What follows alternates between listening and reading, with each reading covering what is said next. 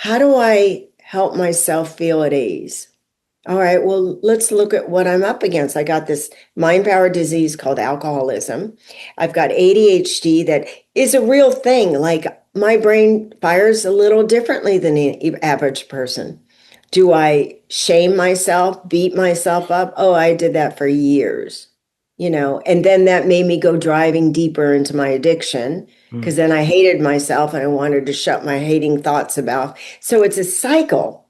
That's the cycle we talk about in alcoholism. Welcome to Season 2 of ADHD Difference. I'm your host, Julie Legg, ADHD advocate, author of The Missing Piece, a woman's guide to understanding, diagnosing and living with ADHD, and an unapologetic doer of many things. This season, we're turning up the volume with a global lineup of brilliant guests, bringing their lived experiences, insights, research, strategies and resources. And of course, along with a healthy dose of humour and humility. Whether you're neurodivergent yourself or just curious, there's something here for every curious brain. Let's dive in. Today, I'm joined by Hilary Momberger Powers, an author, commercial actress, print model and inspirational speaker whose story is one of extraordinary resilience. Hilary began her career at just 5 years old, voicing Sally Brown in the Peanuts cartoons, and worked steadily through childhood while carrying trauma that led her into addiction as a young teen. Decades into her recovery journey, Hilary discovered she also has ADHD, a realization that reframed so much of her impulsivity, emotional intensity, and coping patterns from those earlier years.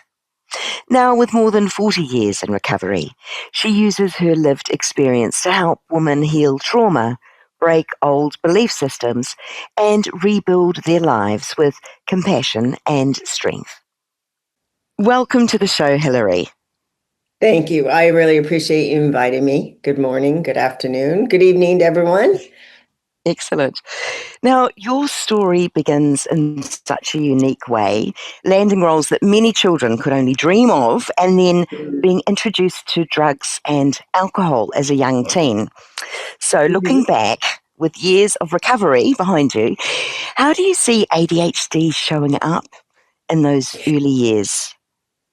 Well, it's funny because, back in the day, they would say things like, my mother would say, stop fidgeting, stop moving. That was her favorite line for me. And I just couldn't sit still. Everything was go, go, go, go, go, go, go. And I was an irritant. That was how my family would, it's, oh my God, she's all over the place. She can't figure, she starts things, she doesn't complete them. My brothers and sisters would be like, oh, we got to clean up after Hilary. She's always always in a hurry. That's my one thing, and the fidgeting thing. So it wasn't really, I wasn't told what was wrong. I just felt like I was different, and I felt like something was wrong with me because I meant well, but I couldn't do well. Like I would say, okay, I'm going to sit on my hands. And then I would start rocking or whatever. And I just thought I was hyper, and I would do things like 5 and 6 years old. I lived an hour away from my school, and I would have to walk. And I'm supposed to be at school at 9 a.m. and I'd show up at 10:30 because I had stopped at every dog, every house, picked every flower, because I just get completely lost in. Today I've honed it down that I am so grateful I have it because I am just a kaleidoscope. And I see things so differently than the average bear, as we say, And, I get to be interested in A, B, C, D, E, F, G, and I don't have to do one thing, which has really been, I've actually embraced it. Instead of having it as a defect, it's my asset. It's my warrior side. It's my gift. And I love So, your term being a kaleidoscope. We see so many different angles and so many different so colours. It is remarkable. yeah, it's really, if you look at your, like, the world will see us as a defect, as, like, oh my God, I always say people want to have letters behind their name. Well, those are letters I don't really care to have behind my names, right? It's like I'm an alcoholic, I got ADD, I'm hyper, I'm always in a hurry, I'm turbo, I'm, whatever. I'm Hilary, and this is the package. And lucky you, when I was a kid, it was utilized because my brain was so firing, my synapses were firing so grandiosely, not in a big way, but it was like, and over here, and over here. So I was easy to rein with my mother. So being a creative, I would come up with these great ideas. Like, where does that come from? Thank you. My mind is a little wacky, and I take that as a gift. And so I would come up with playful things, and I would book jobs because of it. Or they'd say, act this way. And I go, oh, okay. And I jump right in it because I'm constantly on the move. My mind is firing off so many things so quickly. And I would just grab one, and they would say, oh my God, you're so creative, such a creative little girl. But inside my head, I'm like, it didn't feel like anything stuck. That's the ADHD. Nothing Mm. sticks. It's not like that, oh, I found it. I'm like, what does that feel like? It's like, what are we doing next? My drugs and alcohol, I was this child star, and there was a lot of pressure, and I had a narcissist mother, and I had an alcoholic mother. And her ego was never satisfied. I was her little project. When she didn't feel good, I could change. I could keep changing. Do you like me now? Am I okay now? How about this? How about that? And I was so malleable, Mm. you know. And so it worked for her. And for me, I thought I always pictured it like my life is about spinning tops, all Mm. the plates. I kept spinning all the plates until I hit my bottom with drugs and alcohol, and I let them all fall. I was like, I'm done. I'm exhausted. I've exhausted myself. And so when I was doing these, the acting and such, and there was a lot of pressure, I had to support the family in my mind. She would say things like, they're going to starve because of you if you don't get this job. And it was like, oh my God, I was taking care of 7 children. Oh, so there was a lot of pressure, which, my characteristic, I like pressure. I do really well under pressure. So I think. I get a little sloppy after a while, but I do. I like the surge. I just did an audition right before I jumped on with you, and my best friend says, God, you are so good under pressure. That's my mind. That's a gift. That is my blessing behind this so-called curse. We're talking a lot about addiction today, and you've described addiction as a mind, body, and soul Mhm. dis-ease. As someone with ADHD, how did those ADHD symptoms and addiction feed into each other? And in what ways did they perhaps complicate each other? Oh yeah, that's a really loaded question. Well, I call it the triangle, the mind, body, and the spirit. I have this mind power disease called alcoholism, not wasm, ism.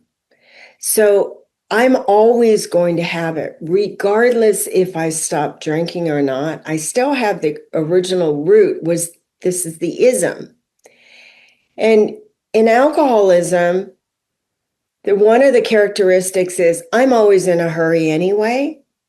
And you topple that with my ADD problem and all that. I'm in a hurry naturally because my mind's moving so quickly.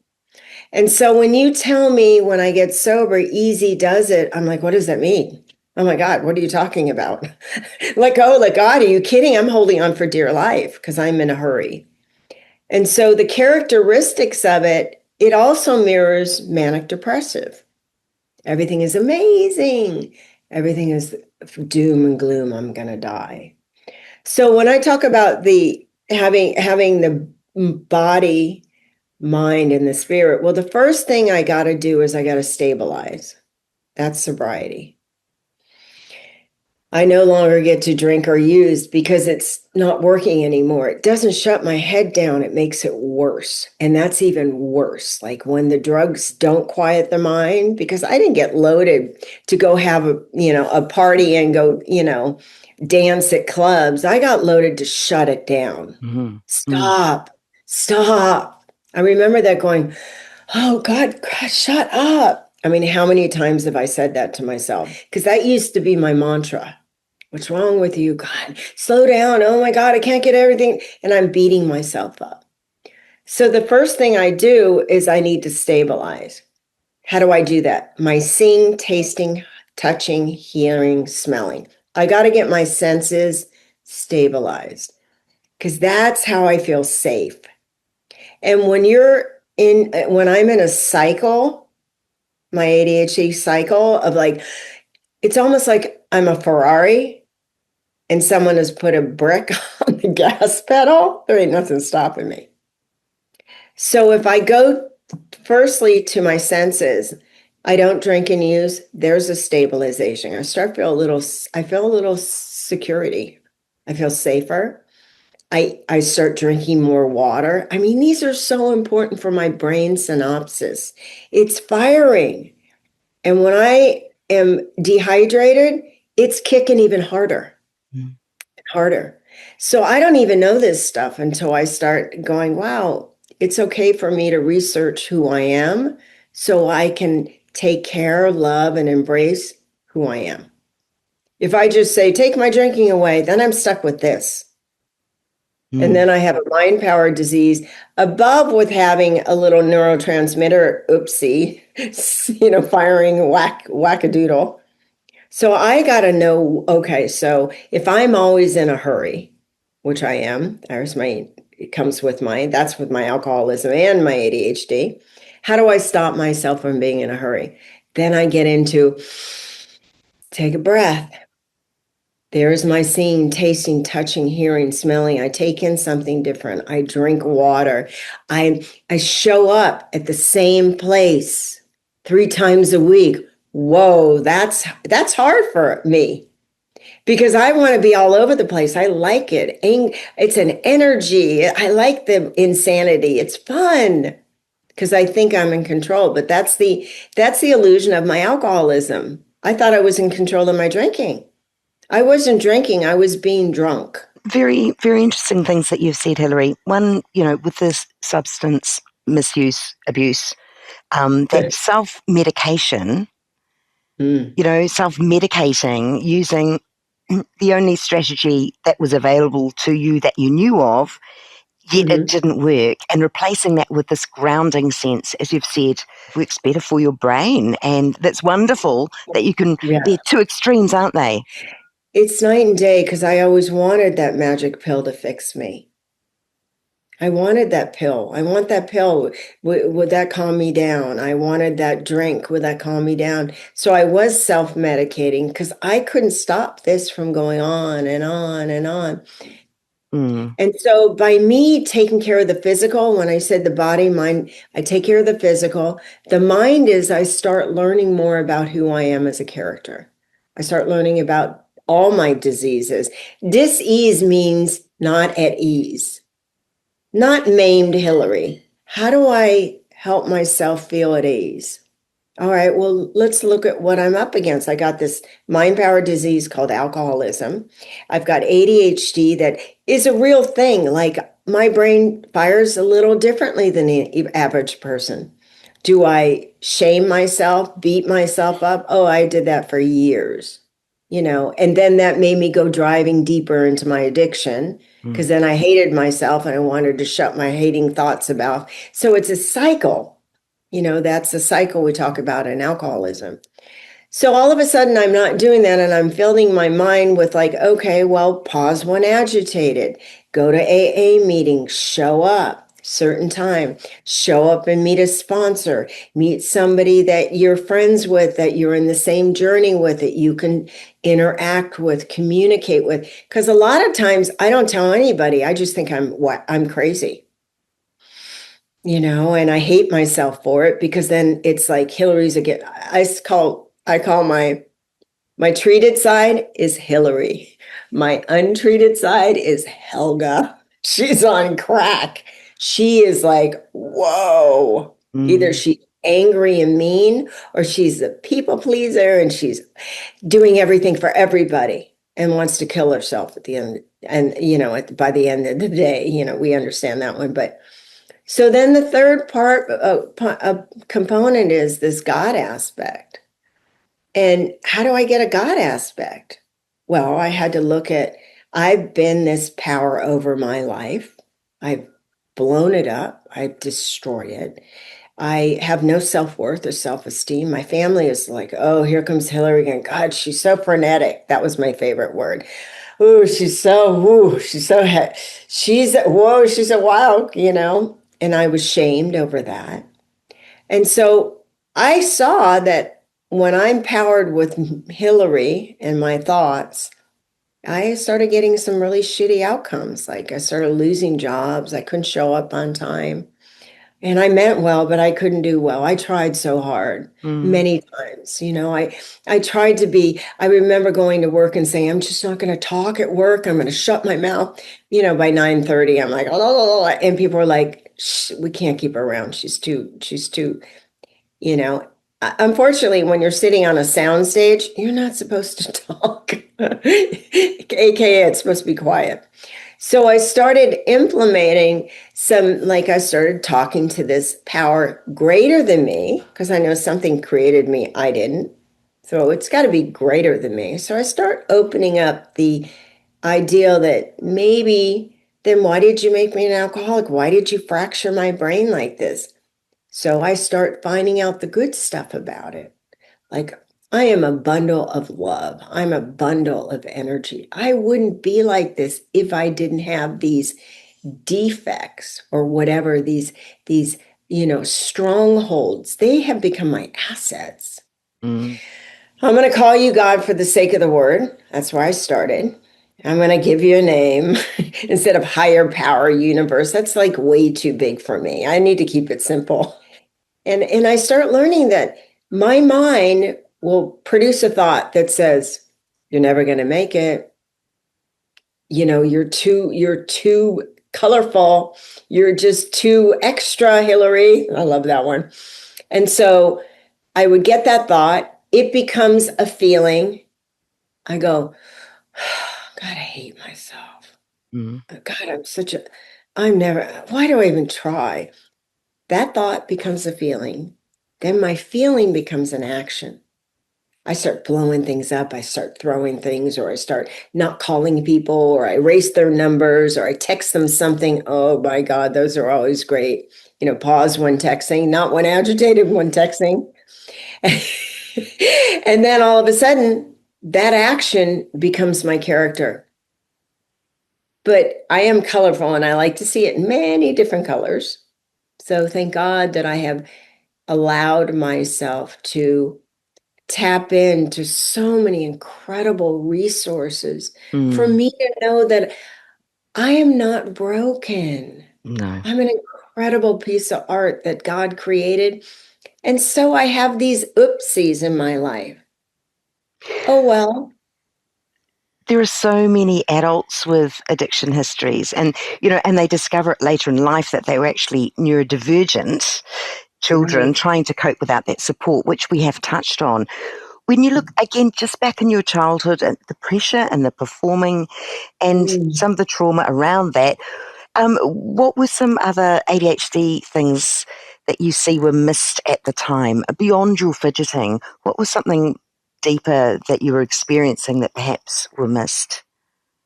Well, I couldn't read until I was 11 years old. Okay. I'm very good at parroting, so I would be told what to say and what lines to say.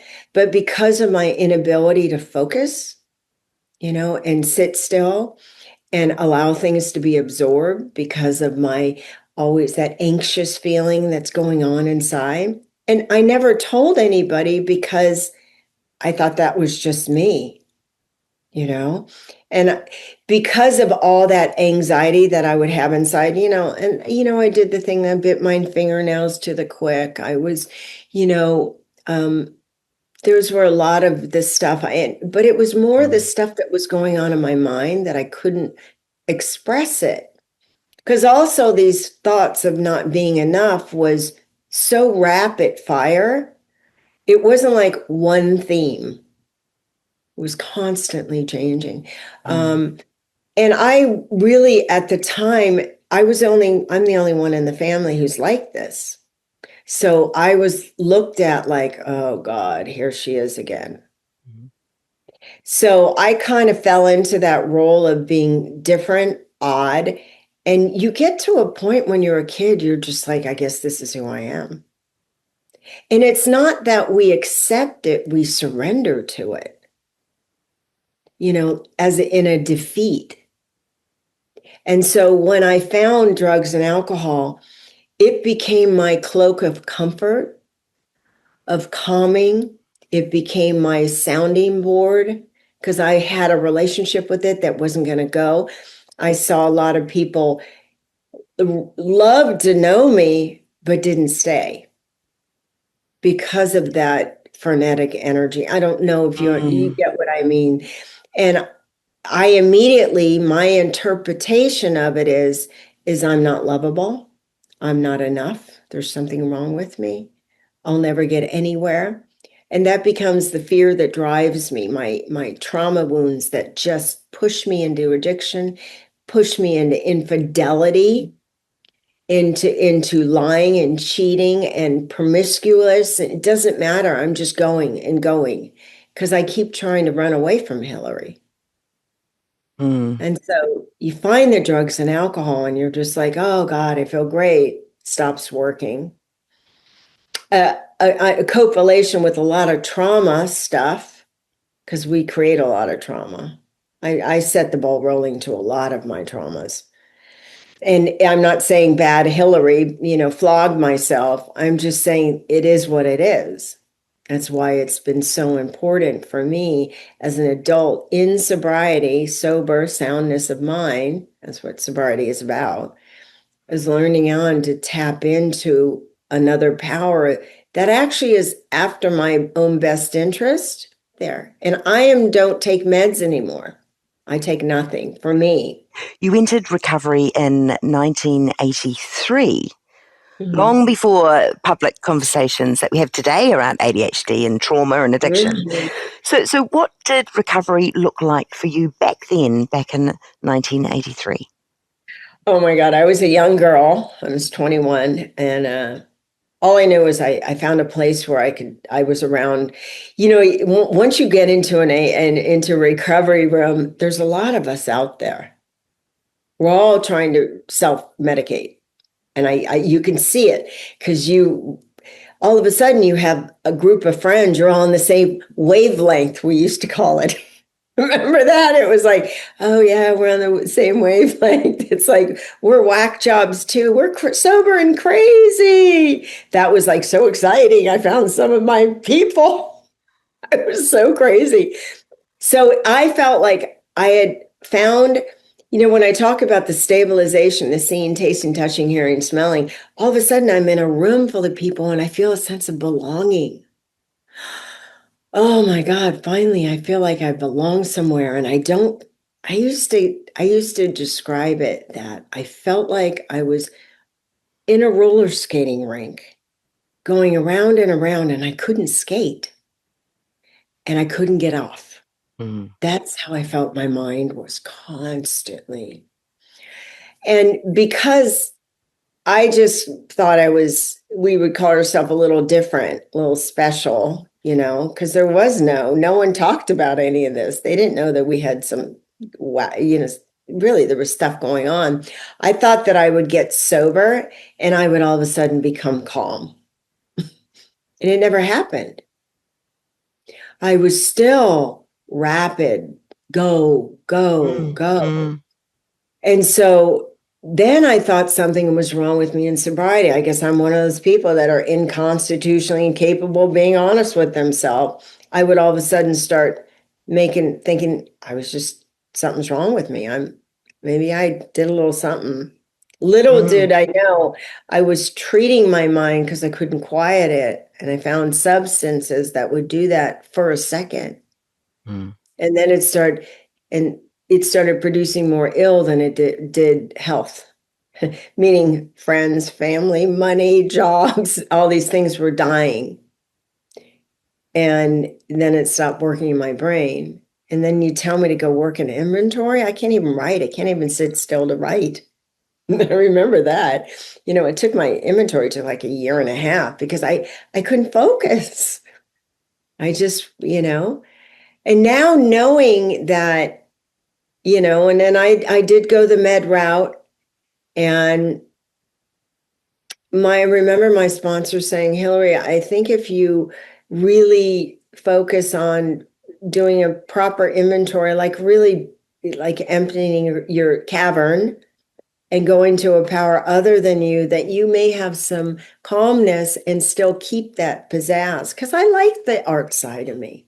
I like the gifts that it comes with. I have a writing partner. We're both sober the same. We've been in AA the same amount of time. She has it too. And so she has it differently than me. She's like, she'll get really focused and say, okay, we're writing the script by tomorrow. And I'm like, let's go for it. And she's like, you're all over the place. And I'm like, dude, you are all over the place. But it's so funny because we are so lightness of being different. I'm straight, she's gay, she's we're just like all over the place, but we're best friends because I get her. Mm. I get her. I understand that she'll sit and focus and do it for 19 hours and then sleep for a week. And I'm like, I get you. I know. Yeah, your head hurts. She goes, man, I can't stop. And I'm like, I know, it's crazy, huh? I had a bumper sticker on my car that said sober and crazy, and I was so proud of it. Hilary, you've spoken about the inner child work that helped you move from victim to victor. And Yeah. I was just wanting to ask about how that intersects with ADHD, especially for people who grew up believing these struggles were character flaws rather Yeah. than a wiring difference. Yeah, that's the wonderful thing. It's like, oh my gosh, when you're different from your fellows, not just alcoholic, because we've already, then they say glass in hand, I've warped my mind. So it says glass in hand. I haven't even drunk yet. I'm already have a warped mind. And then I have this other issue. My mind's really warped. So when I think of that, I think, oh, does that mean I'm a throwaway? No, it just means, remember when I said I'm a kaleidoscope? Mm. I literally see different colors than you. So I started putting on pen and paper when I did my inventory. And I started looking at how most of my problems had to do with me not completing things. I caused a lot of problems by not completing, lots of problems, all the way financially, friends, family, relationships. I just can't follow through.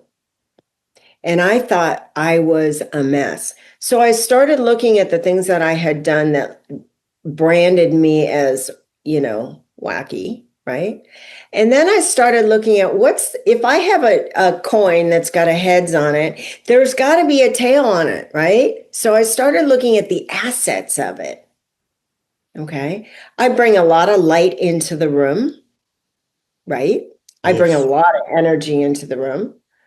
I used to say to my ex-husband, I'm a fire. I used to say, I'm a heart attack and you're flatline. Bingo. So I started, that's where I always say it's the pony and the horse shit. Like, okay, most people see shit and they go, oh God, I have to clean it up. I go, oh my God, there's a pony close. That means there's a horse close. How exciting.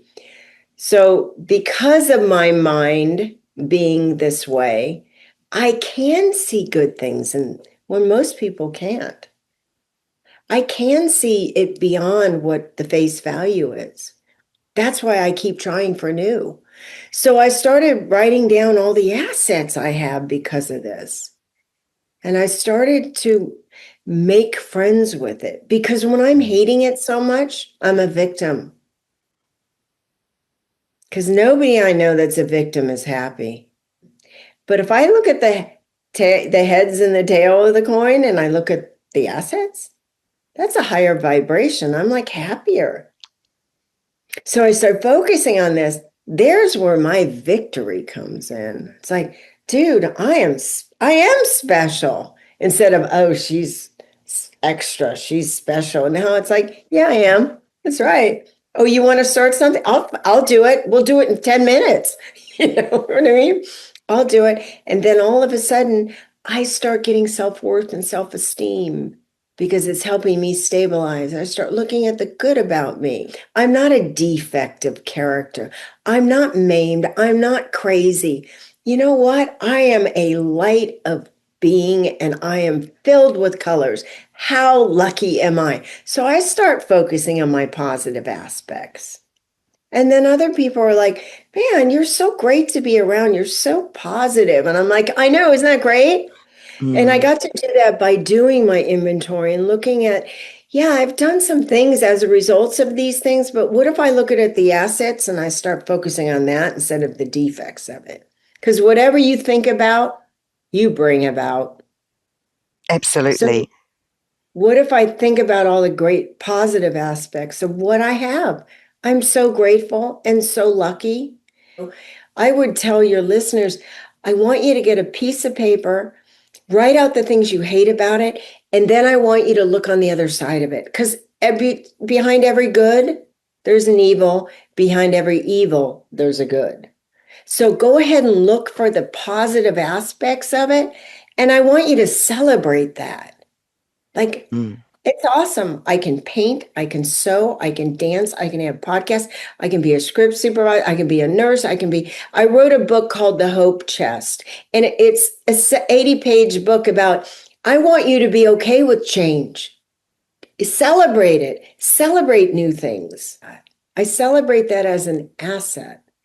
That's how I become a winner. That's how I become a victor instead of the victim. I love that. Now, there's a lot of stigma, of course, that one has to deal with around addiction, but even more so around ADHD, Right. when that's part of the picture. So, from decades of recovery and Mm-hmm. your advocate work, what do you think people misunderstand most about the link between ADHD and addiction? Well, I think what they miss the most, first of all, if you're going to go into it and start wearing what the world believes as a flaw on your lapel, what you're doing is you're leading with your wound. Mm. And the reason why I know for me that I was leading with my wound is because I hadn't made peace with it. It was still outside of myself. Mm. That's why I put it on my lapel when I say, oh, yeah, I have ADHD. Like, first of all, it's nobody's business, right? But sometimes I would say it because I want to see, do you love me now? Do you accept me now? Mm. Am I okay in your eyes? Can I continue living? That's really what I'm asking. Mm. Because in my mind, I think there's something wrong with me, but that's where making peace with it, making friends with it, seeing the assets of it, you no longer have to subject yourself, put in that word subject. That's, you become the talk. That's the subject. The subject line is what we're going to talk about. You don't have to subject yourself to being pointed out as flawed, because you're already going, I'm good with me. I got Mm. it. Oh, well. Making friends with yourself is so much more important than putting it out there so you can be stigmatized, so you can be ridiculed, because that's just beating yourself up more. By me accepting, yes, I'm an alcoholic, yes, and I have ADHD. Okay, and because I've already made friends with it. I focus on the good parts about it. And because all my childhood, I focused on the negative of it because I was Mm. so isolated and different and just too much. And I was so ashamed of who I was. Mm. You know what? Nobody's perfect. At least I'm okay with not being perfect. That's awesome. And it's not just an acceptance. You've gone beyond acceptance. You're actually very comfortable with everything that you've learned in your journey. And that comes Mhm. across very powerfully rather than just Mm. accepting, yeah, I'm a bit different and that's the way it's going to be. Love it. I Yeah. really do love it. Now, you are an international speaker and a Mhm. trauma informed guide for other women. You're a commercial actress and model Mhm. and Mhm. author and someone Mhm. with over 4 decades of lived wisdom. What are you Mhm. currently working on now? See, this is the great, you guys, it's so exciting that when you have this, you get to reinvent yourself all the time. How blessed are we? Right? So what am I doing now? I've just finished, I have just finished a couple more ebooks. I do speaking engagements. I do a lot of podcasts. I just finished another children's book about being different. Hello, go figure. Uh, What's that and, called, Hilary? that one is called it's Slim Katie. It's about a turtle. Yeah. Ah, awesome. Yeah, and then I have two other children's books. So Zach the Yak and Zach and Tack fight. It was fight back, but they don't like that word, so are back. So I've got 4 books that I'm getting published. That I'm seeking different publishing houses. So I just like writing. I realized that life isn't about a finish line. And there is no ending. I've retired, but I'm not even tired, so I can't retire. That's what I joke around and say. How can I be retired? I'm not even tired. I'm doing books and speaking engagement. I love cracking people's egg. I love that. And links to everything that you've talked about, they'll be in the show notes. So listeners will be able to Yeah. dive in and reach out and contact you. Very exciting. For anyone listening who might be struggling with addiction or emotional pain or trauma, what would you most want them to know? First of all, you're not alone, which is pretty 101. And, the good news is not everybody is in the same place on the same journey at once. So if you're feeling really down, I want you to know that there's somebody who is no longer in your seat that you took, Mm. and they can actually help you get out of it. And there's angels everywhere. I call other people like little angels that pop in and go, "Hey, how you doing today?" When that opportunity knocks, open that door and just say, "You know what? I'm having a rough time. It's okay that you're not in a great place, because guess what? This too shall pass." And it sucks, because when you're in a great place, this too shall pass. So that's when you get to the plate is going, "Okay, buckle up, buttercup. It's going to be a ride." And right now I'm a little, it's my turn in the barrel, as I always say, but I'm not going to be in it forever. And if you need to take a nap, take a nap. That shuts it down like that. Take a nap. They used to tell us that in kindergarten, remember? "Are you tired? Do you need a nap? Do you need some water? Are you hungry?" Stabilizing. They were stabilizing. Our little kids were all over the place. Stabilizing. So, anyhow, yeah, this is going to pass, my friend. I promise you with all my heart. Hilary, they're marvellous words. Thank you so, so much. And on that note, I'd just like to say thank you so much for joining me today. I really appreciate how we managed to deep dive so much into really personal areas of your life, and I really appreciate you sharing that with me and the listeners. So thank you. You're welcome. Thank you for inviting me, and I had a lovely time meeting you. Thank you.